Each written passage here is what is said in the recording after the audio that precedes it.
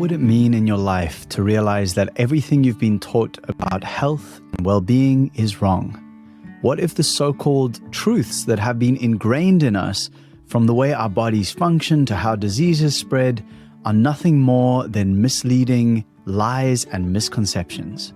I'm your host, Nathan Maingard, and welcome back to We Are Already Free, the podcast where misfits from the mainstream stop worrying how bad it all is out there and instead get inspired and informed so they can focus on being the change and finding their tribe and living a beautiful life together.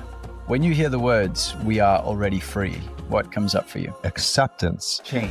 A shift in awareness. Human beings are so powerful. Everything is love behind it. Breaking the chains of your own mind. That which remains. Nature. Getting out of the matrix. We're sitting on the treasure and it's already unlocked. You are a walking map. Have always been free. You are always free, already free. We are already free. If you're like so many of us, you've spent the last few years realizing that mainstream beliefs around health, wellness, and healing often lead or have led us to a society that as a whole is sicker than it's ever been. And that can be a terrifying realization. How do we keep our loved ones, our children, our communities healthy when there's so much conflicting information out there? You want to protect those you care about, but how do you make sense of all this contradictory advice? What if the very foundations of what we've been taught about health is just built on shaky ground? Thankfully, you're in the right place because today we are diving deep into these questions with Dr. Tom Cowan, a maverick in the field of alternative medicine. With over 40 years of experience, Dr. Cowan has authored several groundbreaking books, including The Contagion Myth and Cancer and the New Biology of Water. His work challenges some of the most fundamental principles of modern medicine, from germ theory to the role of DNA, and introduces us to what he calls the new biology, a revolutionary approach that could transform our understanding of disease, immunity, and the very fabric of life itself. So just to let you know, a lot of the information that I received in this episode was really new and challenging to me. And Tom challenged me, he pushed me, he asked me questions, he made me think, and we just did not have time to dive deep into everything that he brought up. So I hope you treat this as the incredible invitation that it is to look into it yourself, to ask these questions, to read his books, and to reclaim your sovereign power to live a vibrant, healthy, thriving life. Listen to this episode to learn why everything you think you know about viruses might be completely wrong, and how this changes everything about immunity and health. How modern medicine's focus on genes and cells misses the mark, and the real factors that might be influencing our health. The 4 reasons why people get sick, and what you can do about it to protect yourself and your loved ones. Near the end, you'll hear an unexpected message about nuclear energy, which kind of blew my mind, and I still need to take some time to absorb that and look more into it. So do stay tuned, because this episode could be the eye-opener that you didn't know you needed. Before we dive into today's conversation with Dr. Tom Cowan, I wanted to take a moment to share something that could make a real difference in how you approach your health decisions. With so much conflicting information out there, it's easy to feel overwhelmed and unsure of what's truly best for you and your own body. That's why a consistent morning routine can be such a game changer. My 5-day morning practice challenge is designed to help you reconnect with your body's natural signals so you can listen to what it truly needs. By starting each day with practices that ground and center you, you'll feel more focused, more in tune with yourself, and better equipped to make health choices that resonate with your own experiences, not just what others out there are saying you should or shouldn't do. It's completely free, and you can join by clicking the link in the show notes or visiting alreadyfree.me/yes. Let's take control of what we can together. And now, please enjoy this rewarding and challenging episode with Dr. Tom Cowan. During the lockdowns, I was really struggling here in South Africa with watching things unfold. And I kept thinking, everyone's just going to go, this is ridiculous. Like really soon, everyone's just going to go, come on, this can't be happening. Like this is a silly thing that we're all doing. Let's all just get back to like natural immunity and take care of ourselves a little. And it just kept getting worse and worse and worse, as you know. And so at first, what I tried to do was to share things online that I thought were valuable. Like, here's an article about natural immunity. Here's this about, like these things make sense. And what happened was just huge polarization, right? Like people just got so angry and so upset. And so I went quiet for a while, but I'm a lifelong lyricist and musician and writer. And I just felt this, like something wanted to come through. So I started writing these spoken word poems for the first time in my life. And like, I think about the third poem that came through was the poem that I want to share with you now, just to kind of open this conversation and just see where it takes us. So I'll share it with you. And again, remembering this is from the context of this was in the midst of the lockdowns and everyone was like on board, or at least a lot of the society was on board with what was happening. And this poem came through. If you believe that you can vaccinate yourself to health or consume your way to wealth, if you think nature's a fool because you're not a part of the pool of life in all its branches, then I sincerely wish you blessings, and I think you're taking chances. Though I would never dictate how you choose to feel great, I'd only ask the same weight for my perceptions and the actions I choose to take. Imagine if I told you that, for the good of all, you could no longer eat a takeout, drink Coca-Cola, or consume fear. Sorry, I mean media, globally owned by 5 corporations, but maybe we'll save that for a future explanation. Imagine if I said that the science was in. Living a life of joy, natural food, and movement was the solution, and that you'd no longer be allowed to spend your days inside your house on your couch wrapped in fear, but you'd have to come outside, sit around the fire, make love, music, laughter, and tears, give your time to serve Earth and your relations for all your years. How would you feel if I dictated your state from my external place? It wouldn't work, would it? Because it's your body, your choice. Now, the same folk who say it's okay to poison the well, have you heard of glyphosate? Look it up. It's living hell. Those same people are saying they only care for getting back to normal and your health when they sit on the boards of the corporations selling medications which increase their wealth. Hidden in their words is a grain of truth. This society seeks to homogenize you, to normalize the way life comes through until you are nothing more than a resource. Consumable, disposable, broken like a wild horse, saddled, bridled with no conceivable recourse, drained, debrained, your energy a devoured force until it's too late. And you say, I wish I'd bucked sooner, for my children are the next course. So here's an invitation from the heart of love in action. Take a breath and let it go. Feel your gut reaction. Step outside with bare feet. Begin recalibration. Be a rebel. Share a hug. Remember you're in heaven. And if all that is not enough, then please stop blaming those of us, the millions hidden under all that noise and fluff, we who electrify our lives with truth beyond the lies. Healthy people are not responsible for dis-ease. That's not how nature works. So let us go. We are already free. It's good. The only thing I would say, which wasn't in your poem, but I was before, there's no such thing as natural immunity. Well, let's start there then, because I would give that up. So let's start there because you have this what is considered an incredibly out there perspective based on mainstream structures around how viruses work and health works and what makes us sick and what keeps us well. So what do you mean when you say that natural immunity ain't a thing? The most important thing to realize is science, so-called science, took a dramatic turn in, it's hard to say when, but let's just say mid-1800s.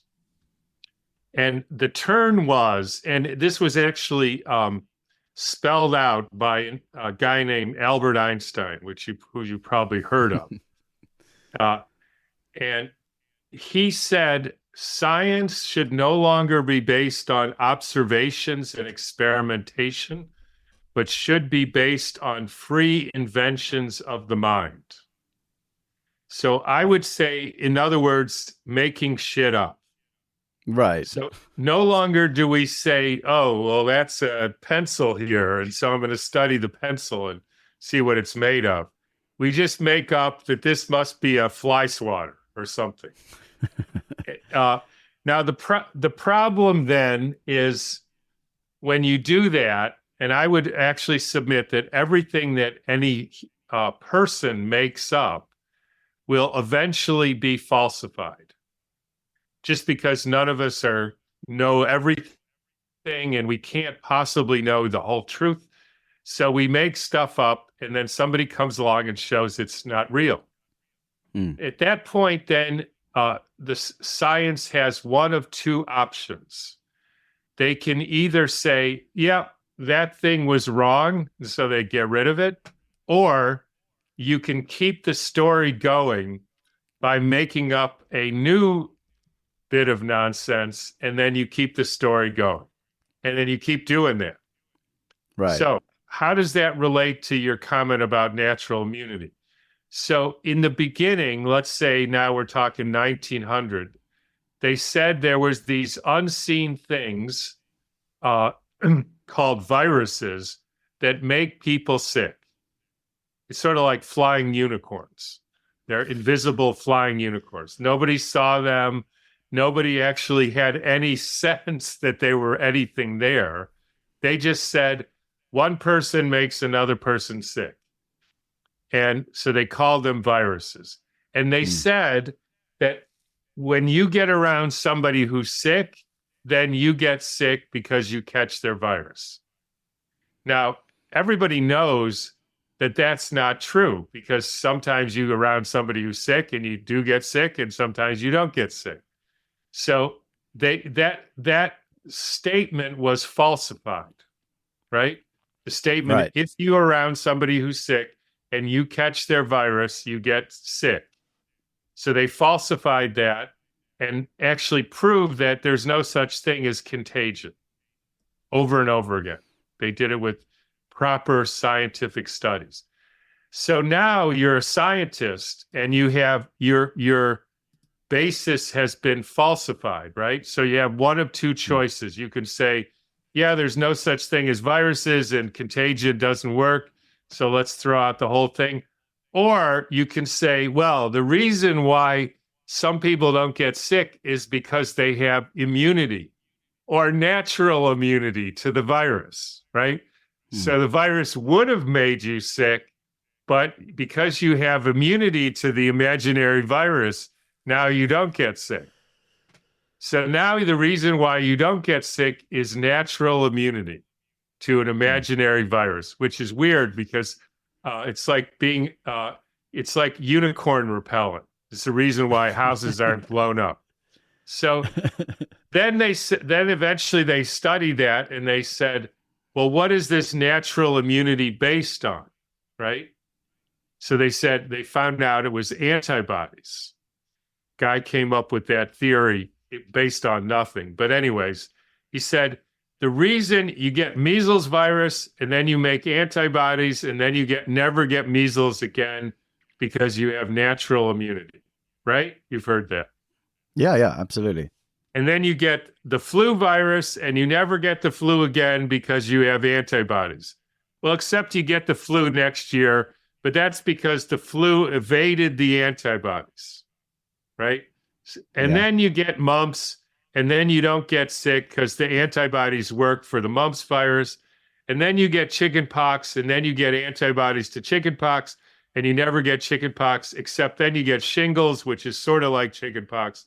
But that's because your natural immunity wore off. And then in 1984, they said, oh, well, now you have antibodies to HIV, right? Now, so in 1983, they said antibodies mean you have natural immunity for life. In 1984, they said if you have antibodies to HIV, that means the HIV is going to kill you. And I remember hearing, that's when I graduated from medical school. And I said to myself, wait a minute. I just spent 4 years learning that if I have antibodies, that means I'm immune for life. I have natural immunity. And this idiot just told me that if I have antibodies, that means I'm going to die. Like, who changed the rules? Now, there was no explanation for that, right?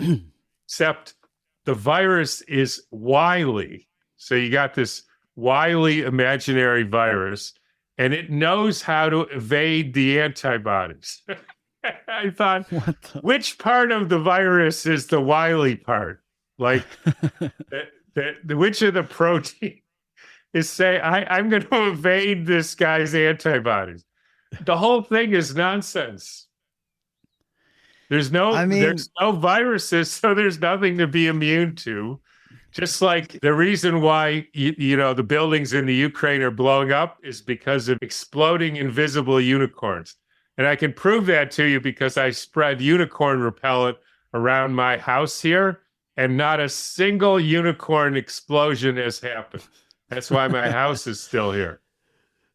Yeah, I hear what you're saying. Like, if you create the problem and then create solutions to the problem that you created, then none of it's real from the beginning. So it just becomes real from the very beginning. If there's no virus, then there can't be immunity. Okay, so help me to understand, because this is still like I mean, obviously, as I had in my poem, I talk about natural immunity. So in my mind, I still have always thought, or not always, but for most of my life, that if I take care of myself, if I move my body and I eat good food, I drink good water, I get good rest, I have good people around me, all those like things, then I will generally be well and won't pick up these things that are going around. So that's like my mentality with it. And even that is quite out there based on the mainstream. The mainstream's like, no, you have to take all this stuff, that's all these injections and all these things that are going to keep you safe. But you're saying that whole thing is based on a flaw. So then help me to understand, as someone who is like not a doctor, a medical person, how is it that there are these what seem to be seasonal sicknesses, or there are times when I go around someone and they are unwell, and I clearly, like, the minute I leave there, I'm like, oh, I'm starting to feel something, and it feels like I have the same thing that they just had. So like, what's going on there? What's actually this experience of feeling sick, so-called? So, number one, I didn't say that like taking care of yourself and dancing and having fun and going barefoot doesn't help you feel better and maybe not get sick, right? Right, that's true. I didn't say that. I just said you don't catch anything and there's no such thing as a virus. At least the proper way to say it is nobody has been able to demonstrate the existence of what they call a virus. Now, so when you're talking about contagion, let's just unpack that a little bit. What you're saying is sick people make well people sick. Right. Yeah. Right? Or animals. Yeah. So let's just ask a question.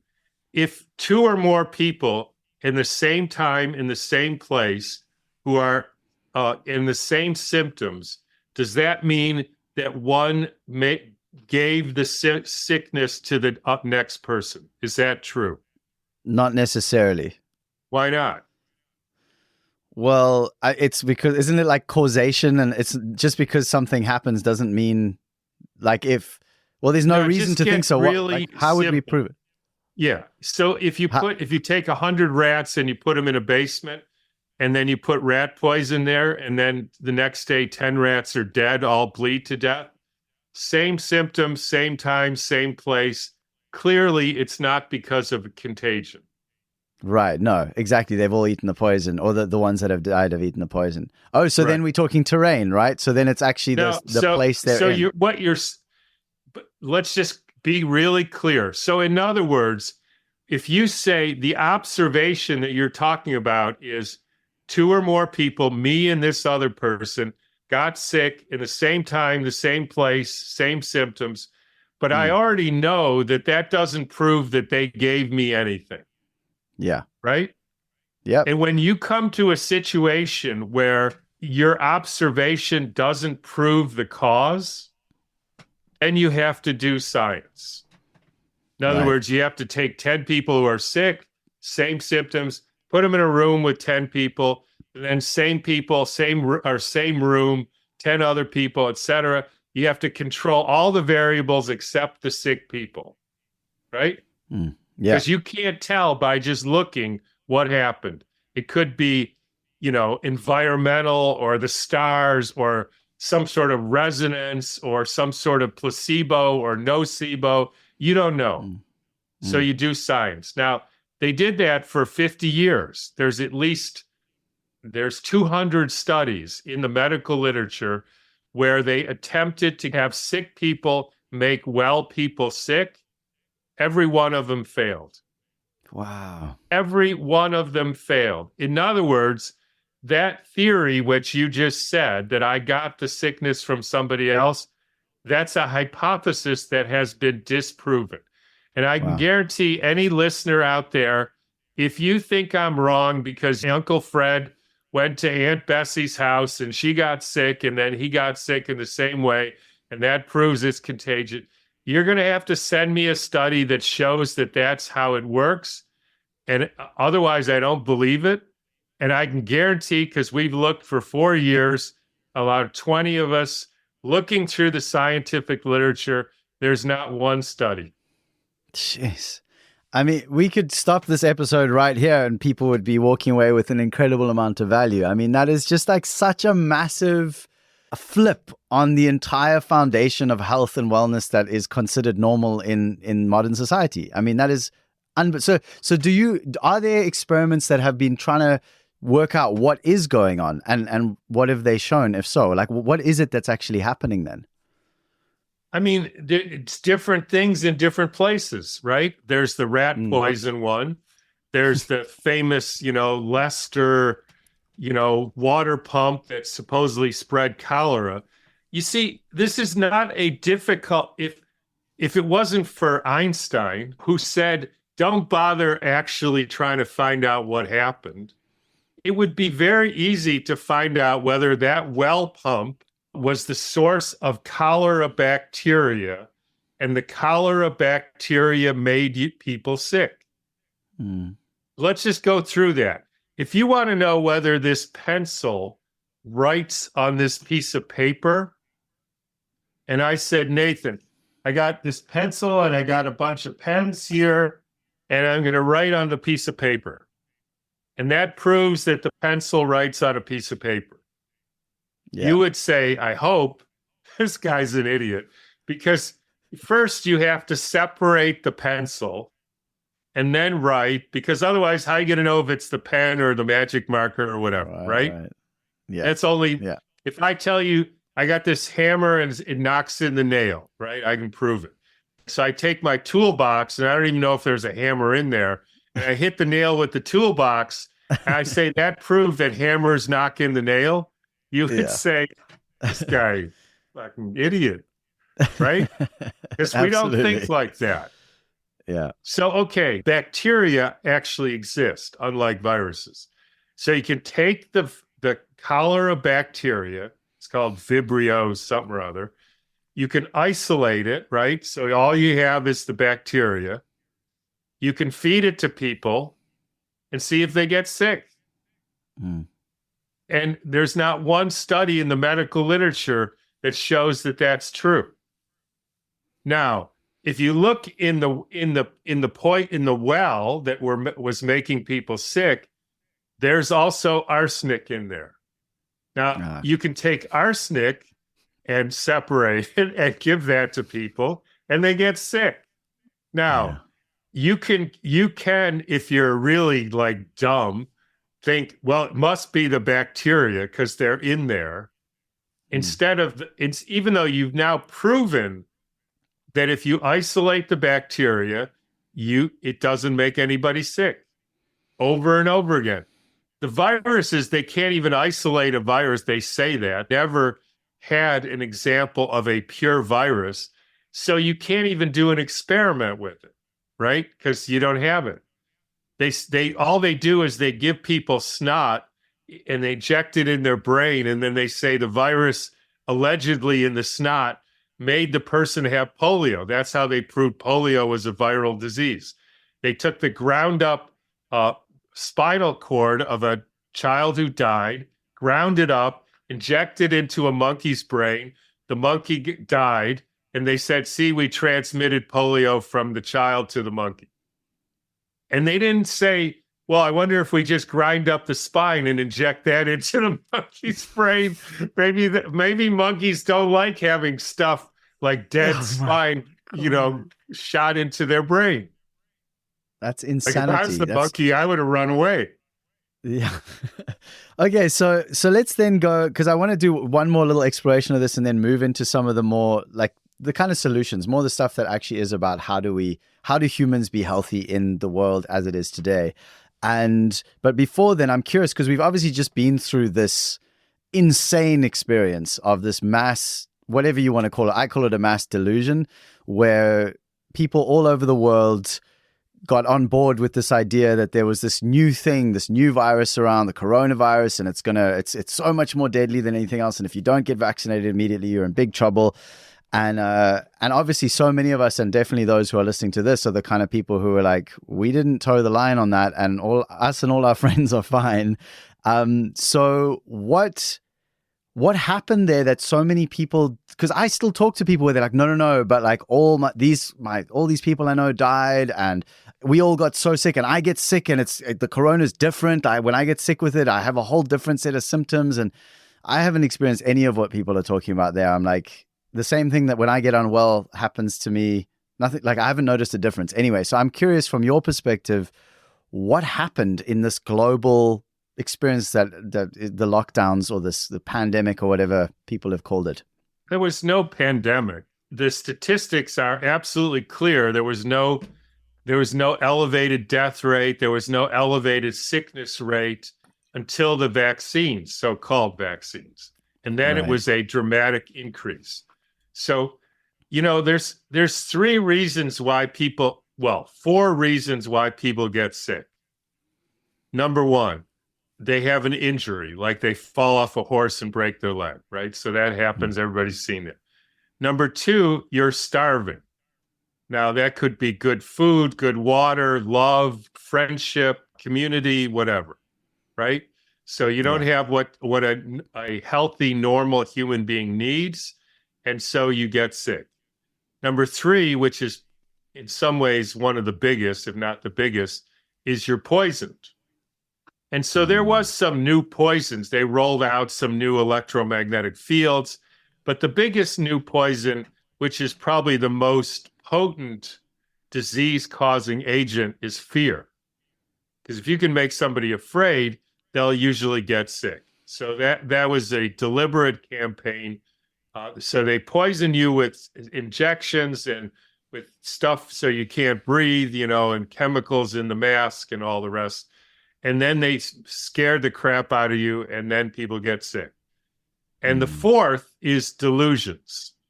And that's the one that makes a lot of people sick. They think things that aren't true. And when you think things that aren't true, you do stuff that's stupid. And when you do stuff that's stupid, bad things happen to you. Like, for instance, I had a colleague who was anthroposophical doctor, and like most of them, he believed in viruses. So he spent his career giving people with AIDS HIV meds, right? Because he believed that HIV caused AIDS, even though most doctors, and here's another homework assignment for all your listeners. Go to your doctor and ask them the following question. How does a virologist prove the existence of a virus and show it causes disease? That's like going to a mechanic and saying, what causes my car to stop and how do you know it's there? And if your mechanic doesn't know, the answer is brakes, and because I can see the thing, don't go to that mechanic because he doesn't know what he's doing. Right.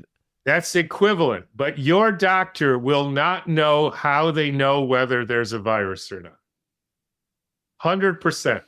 He had no clue. He just heard it in school, and he'll have some answers that are nonsense, but he doesn't actually know how they do that. So he believes in viruses. So, of course, there's this coronavirus. So he goes out and gets 3 shots. 2 days or 3 days after the third one, he's dead at home because he had a stroke, even though he's otherwise a healthy guy. So what killed him? Well, you could say that, the shots make you have clots. That's true. But what killed him is the thought that there's viruses that are going to kill me. Mm. That's what killed him. So naturally, he took action to protect himself, like getting this injection to prevent the imaginary virus from killing him. And that did him in. So if you want to believe in delusions and nonsense, you will eventually do things that are against your best interest. Mm. If you want to believe that like eating good food is good for your health, that's a good thing and it will probably work. And being outside and being with friends and singing and writing poetry and all the rest of it, those things make people have better lives. And otherwise, you're just in delusions. It's so interesting you said about number 3 around fear, because that was one of the ones that I actually noticed a moment when the lockdowns had just started. It was a couple months in. My partner, my now wife, and I were living back on a family farm and were blessed enough to have that space that we could just, with our dogs and everything. And I got sick for the first time since it all had started. And I remember so clearly because whenever I've got sick in my life, we practice something nature cure. So I'll do a cleanse and just do a bit of drink some water, eat some fruit, relax, rest, and be well. But as this thing came on and I started feeling feverish, I can remember it so clearly where I was like, oh my gosh, is this it? And my mind, I could actually see myself because of all, even though I didn't watch the news and I don't buy into all that stuff, there was so much of it coming in, like that fear mongering, that there was a moment where I actually had the choice and I felt like I could feel myself starting to get afraid. And then I went, hang on, no. This feels exactly like every other time I got sick. I'm just going to rest. And I was fine like the next day or the day after and it was all good. But I really saw that fear I started to feel had an impact. So yeah, I appreciate you saying that. That really resonates. The other thing people have to realize is that not only are there no viruses, but the biggest psyop of all in medicine, there's a lot of them, and there's a lot in other sciences too, which we can get into a little bit, but is these things called diseases are like things that strike your body. Whereas the reality is all so-called symptoms are your body's attempt to heal. Let me give you an example and I can ask you a question. Let's say you get a splinter in your finger, right? And you don't take it out. What happens next? It gets infected and it'll get pus around it doesn't get infected. It makes pus. It makes pus, yeah. You have to stick with what you see. Don't interpret. That's an analysis which is, you don't see infection. No, that's true. Okay, so that's true. So what I see is it gets red. It gets red. It feels inflamed. Pus. It gets hot and it gets pus. Yeah. Right. And then what happens? And then generally the splinter comes out because the pus lubricates it. Is the pus, is that the therapy or the disease? Well, it's the road. Well, based on the observation, it helps my body to get rid of the foreign object and then heal. So it's the therapy for the splinter. Yeah. The splinter is the disease. The pus is the therapy. Right. Agree? Exactly. Yes. Okay. So now you breathe in debris like chemtrails or dust or electromagnetic fields into your lungs. And then you make pus, right? Same thing. And that's called bronchitis. So you cough, you try to get the stuff out. And is the bronchitis, is that the therapy or the disease? Well, then that would be the therapy. For poisoning yourself with whatever. Now, here's even more complicated. Let's say you have a house. Most people have a house, right? And you have a foyer to your house. And somebody comes and dumps a whole lot of stinky garbage in the foyer of your house, right? Yeah. What will you do then? Well, clean out the foyer first thing. How? Open the front door and carry it all out to the bins. How about put it in a bag first or a bin? Oh yeah, of course. In my mind, I was like, it was already in bags. But yes, of course. If it's just don't overthink it. Just be real. If somebody puts stinky garbage, you get a bag and you put the garbage in the bag. Put it in a bag, 100%. Right? And then you get a few bags and then you take it out to the curb or throw it in the whatever. Right? Okay, now Absolutely. you have a person and they get poisoned with stuff, vaccines or pharmaceuticals or glyphosate or chemtrails.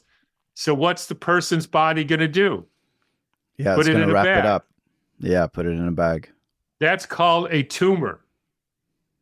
Right. So is the tumor the disease or the therapy? Well, then it would be the therapy. So why would they try to fight the tumor? Well, because it's based on it's based on the entire system that's wrong from the ground up. Based on making shit up, like Einstein said. So Okay, the whole thing is nonsense. And that's why it doesn't work. Here's how I knew that. Because they say, well, what happens if the person keeps throwing garbage in your house? So you put it all in the garage, and then the garage is full, and then you put it in the spare bedroom, and then you put it in the children's room, and then you put it in the kitchen, and then the living room, and then you have to move. Right? Yeah. Now, so that's what happens to people. They put garbage in, emotions, thoughts, glyphosate, bad foods, vaccines, etc. Right? There's a lot of ways you can poison yourself, and they make tumors, and they put it in the breast, and then they have not enough room in the breast, and they put it in the liver. And then you go to the doctor and you say, how did it get from the breast to the liver? It metastasized, meaning it swam from the breast through the bloodstream, from the breast, swimming to the liver. And just like the garbage swam from the garage to your spare bedroom. And then you say to the doctor, and I would say this to ask him this, can you show it to me in the bloodstream? Because if it swam through the bloodstream, you should be able to see it. I mean, I was a doctor for 40 years, and I kept looking for a paper that showed that they could see tumor cells swimming in the bloodstream. And there isn't one. And I thought, well, if that's the theory, then you should be able to see it. Well, no, there's not enough to see. Well, then how do you know it's there? Because it used to be here, and now it's here. So it must have swam from one to the other. And this is like third grade logic.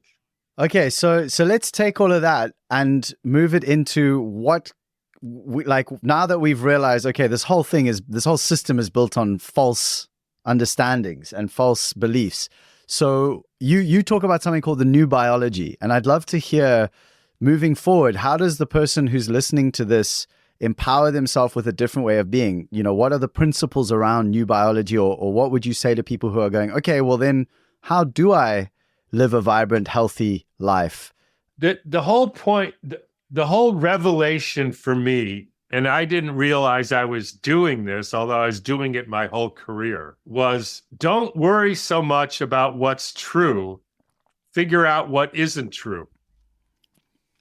It's like Sherlock Holmes said, investigate the case based on what's not true. And at the end of the day, the only thing left must be true, no matter how implausible it is. So I started looking one thing after another.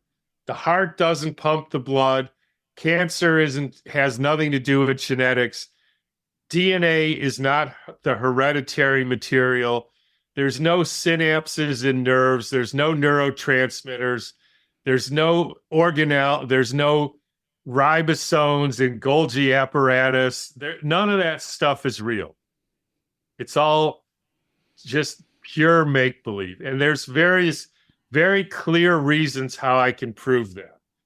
So at the end of the day, then, what is there? There's basically organized water. That's what we're made of. And an electromagnetic field. And the water essentially takes in the field around us and turns it into a living substance by some way that I have no idea.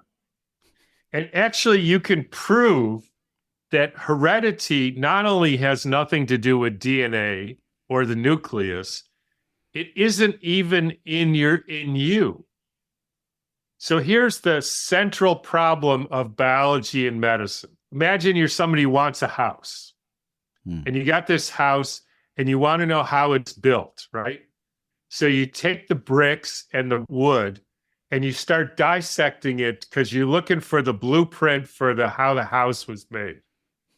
And you can't find it, so you get smaller and smaller down to a single molecule of brick because you insist that it must be in there, right? Yeah. And turns out it's not. It's in the mind of the architect. And so that's what we've done with biology. You have this stuff, and we dissect it. You know, there's tissues, and then there's cells, which there aren't really, but they say there are. And then there's molecules and testosterone and this. And somewhere in there is the blueprint, is how this thing works. But then they did an experiment where they take these worms, there's called filaria worms, and they have a head, right? They cut their head off and they expose it to various sounds, like frequency music. And depending on the frequency of the music, the worms will grow either 2, 1, or no heads. And what's so interesting is if they grow 2 heads, the children of the 2-headed worms also have 2 heads. So in other words, the thing that determines the actual physical structure of a worm, which is easier to study, like if you cut your head off, it's harder to study that. But if you have access to this, the impulse for this comes from the outside. So if you're somebody who wants to be healthy, you have to manage your internal waters, and you have to think about and care for the environment, the electromagnetic environment, which includes sound and thoughts and frequencies and music and light and all frequencies that are around us, and somehow bring those into balance. And that's essentially the sort of healing quest. And that's what is real in life. Now, when you go to a doctor, nowadays, they treat you based on what I would call disproven theories, right? So you have a fever and a cough. They say you have a viral infection and take this antiviral or this vaccine or this, or you have an autoimmune disease based on the fact that you have an immune system which has decided to kill you, which is weird. But there is no evidence that that's even true. There is no immune system. And anytime they've never been able to show that antibodies actually harm people. So we don't treat people based on disproven theories. Everybody has a story, right? So one person's story is, yeah, I was fine, and then I decided to only eat, like sheep's blood for 6 months. Next thing you know, I felt sick all the time. What do you think happened? Well, you might want to try eat something else and call me in a week and see if you feel better, right? Because there's no theory in that. Yeah. And with every situation, something happened to the person, either to poison their water or change the electromagnetic field or some change in the way they, all these 4 things. They either got an injury, they starved themselves, poisoned themselves, or they think delusional thoughts. And once you see what happened, then you try to remediate it, and that's the new medicine, based on reality, not bogus theories, which actually have been disproven. Wow, it's amazing because everything you said has, like, what it's doing to me hearing it is the sense of this feeling of a miracle, of like being reminded that the way our society talks about reality, it's as if everything's been solved. And like you said, like they've taken the house and they've torn the house apart and they've said, look, this is what makes up a house. And we understand all of these parts, and therefore we get a sense of how to make good houses. But actually, the whole thing's a lie, like the blueprint exists in the mind of the architect. I really feel that. And I feel that when you talk about resonance, and how I actually wrote a song some years ago called It's All Music, which was exactly about that, how this idea, the universe being the universe, the one story, the one song that is resonance, that is harmonizing. And that's what, I don't know, everything you're saying just makes me feel more like the world is actually a very magical place. It is a very magical place, way. and it's based on very specific and good laws about how things work. And, you know, it's basically frequencies interacting with water. And that's all you can show that's real. And people knew that forever. You go look at the Taj Mahal, made supposedly by people running around with donkey carts and no power tools, and that's nonsense. You can't make that. And they have this dome, just like the nucleus of our tissue, with an antenna, which is like the chromosomes, downloading the information from the electromagnetic field around it and putting it into the water to harmonize and power the world. That's the Vatican, the Capitol building. It's all over the world. That's how people live. They interacted with the world field around it, which is where the information is, and where, you know, some people would say God, or the healing spirits, or whatever you want to say. That's where the action is. But we have a theory that doesn't exist. That what doesn't exist? None of that stuff. There's no field. It's just substance is all there is. Though the substance made of atoms, which is, even that whole atomic theory is nonsense. Even the physicists say, if you looked at an atom, you'd never see an electron. They just made that up. And by the way, this is not just academic, because if there's no atom, there's no nucleus, and then there can't be nuclear weapons. So think about that. They bamboozled us into being afraid for 70 years of this tiniest little thing is going to blow the whole world up to smithereens. That's nonsense. Well, I feel like we need, like, if we were to dive into even a fraction of the things you've brought up in the session, we'd need like 10 sessions. So there's, we don't have too much time left. So I want to make sure that we give the listener their next step, because it sounds like the work that you're doing is incredibly aligned with a way forward for so many of us who have been so disillusioned with the stories we were sold by school, by the government, by media. And so what would you suggest as a next step for someone listening to this who wants to start this path or dive further into this journey, especially around your work, etc.? I mean, they can go and listen to all my podcasts or my webinars, but it's not like I have any special, relationship with the truth or anything. All you have to do is forget about what's true, as uncomfortable as it is. Just say, all right, you find the claim. The claim is there's viruses. The claim is they're contagion. The claim is governments are necessary. The claim is nuclear weapons exist. And try to find what is the evidence that claim is true. If it's true, it's true. If it isn't, it isn't. And if it isn't, don't say, well, my teacher, my friend, I'm going to get fired from my job if I don't believe it. Whatever. Just if it's not true, give it up. And if you commit to that, in my experience, the world will help you out and show you the next steps, because you have decided, like your podcast, you're already free. You're already free to not believe what isn't true.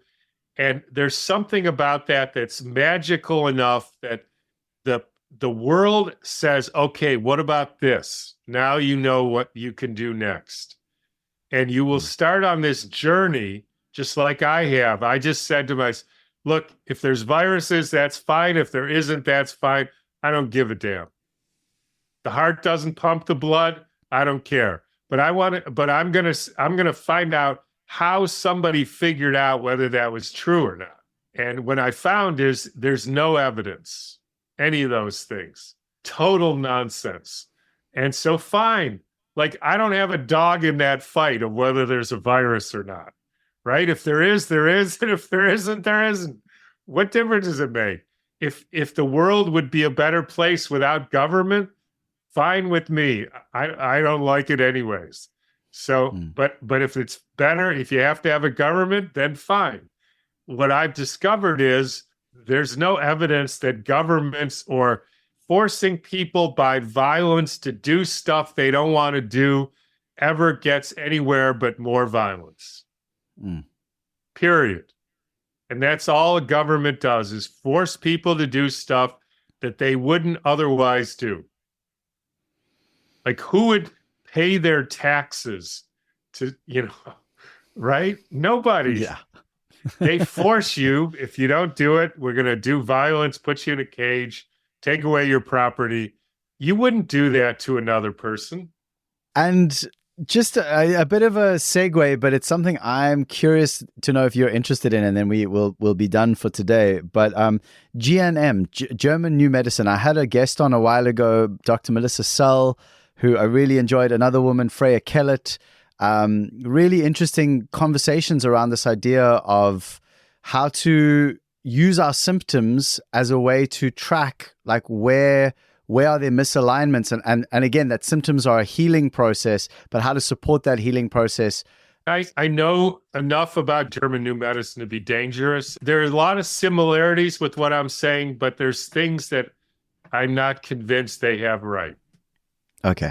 So we do use it. All of our doctors in our clinic know it, and it's part of our repertoire, but there's some things which I'm at this point not convinced. Okay. Is there anything in particular that it feels a bit like questionable to you, that just for the listener? Of German New Medicine? Yeah. So I am generally resistant to, so if it's your ovary, then it's a conflict around whatever. What I found in 40 years of questioning people is they have different conflicts and they have different issues. And some people it's poisoning, and some people it's starving, and some people it's this. And to make a blanket statement that it's always around this conflict, I don't go there. Okay. Got you. Cool. Well, oh my gosh, I feel like we literally just opened the can of worms, and now we have to say farewell for today's session. But I thank you for your work and the inspiration, and really, just the feeling of the willingness to question it all, because in many ways I often feel alone in that, where, even something as simple as wearing shoes, like the shoes that people wear in society are deforming their feet. And it just seems that most people don't even care. Like, it's not even a question that people are asking. So I love that you've taken that, for me anyway, and I hope for the listener as well, further into these bigger questions around these things that we just consider normal and true just because we've been told it enough times. So thank you for your time, Dr. Cowan, and I will definitely be sharing your links in the show notes. And is there any last message you'd like to share with our listener? Otherwise, just thank you again. You're right. There's these big questions, but it's also little questions. Like, wearing shoes, not good for you. Right. And brushing your teeth isn't good for you. Turns out. Dude, you keep saying these things that I want to explore, and I'm like, I need to have more time. That's amazing. But I guess we can read your books as well, which is helpful. Thank you, Dr. Cowan. I wish you well, and blessings on the path. Thank you for coming on. We are already free, and I hope to have you back again sometime. Okay, thanks, Nathan. Phew, what a ride, am I right? That definitely challenged some of my beliefs about life, the universe, and everything. Thanks, as always, for joining us on this transformative episode of We Are Already Free. I hope today's conversation with Dr. Tom Cowan has sparked new insights and maybe even challenged some of the beliefs you've held about health and wellness. We've explored the profound idea that much of what we've been taught about disease, viruses, and immunity may be based on shaky foundations. Dr. Cowan's new biology invites us to question these long-held assumptions and instead look to our bodies, our environment, and our consciousness for the true sources of healing and well-being. Now, if you're feeling inspired to take these insights and start applying them in your daily life, I have something just for you. My 5-day morning practice challenge is the perfect next step. It's designed to help you reconnect with your body's wisdom each morning so you can make decisions that truly resonate with your unique needs. In just a few minutes each day, you'll establish a grounding morning routine that sets a powerful, positive tone for everything that follows. Adrian, who took the challenge, has said, "I used to wake up every day feeling hopeless and incapable of change. But through this challenge, I learned to love and accept myself, becoming more peaceful and motivated each day." Imagine starting each morning with that kind of clarity and confidence. If you're ready to take that next step in your personal development journey, head over to the link in the show notes or visit alreadyfree.me/yes to sign up. Let's continue this journey together. As you may have heard, Spotify now has commenting. So if you are listening to this on Spotify, please comment. Let me know your thoughts. How did this resonate with you? What are you taking forward with you from this episode? I look forward to seeing you again soon. Please remember to share this with everyone you know, leave a review, all those wonderful things. But as always, either way, I'm so grateful to have you here as part of this beautiful, already free community. And until next time, stay well, stay curious, and please remember, we are already free.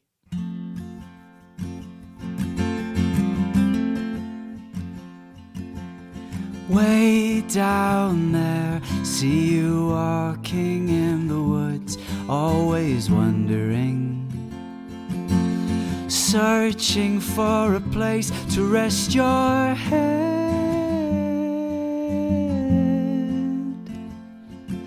My head's full of locations I imagine you have lain. I'm always wondering, seeking all the signs I know you've seen and what they mean.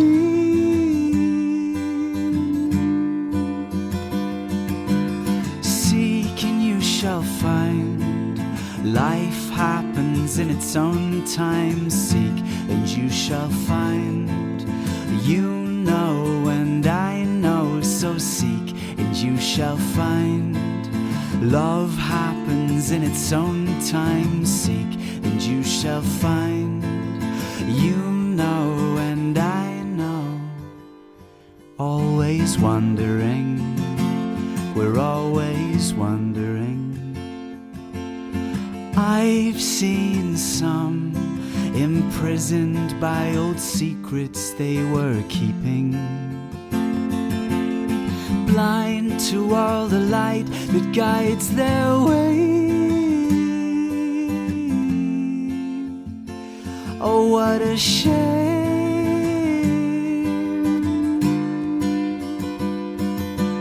Seek and you shall find. Life happens in its own time. Seek and you shall find. You know and I know, so seek and you shall find. Love happens in its own time. Seek and you shall find. You know and I know. Always wondering, we're always wondering.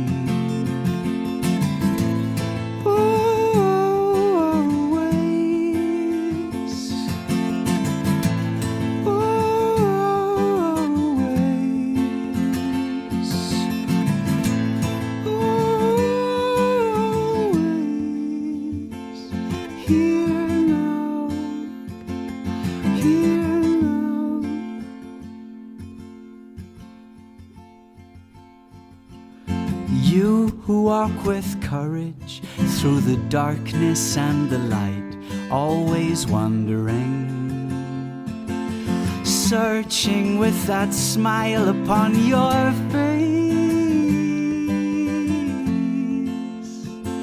for life's embrace.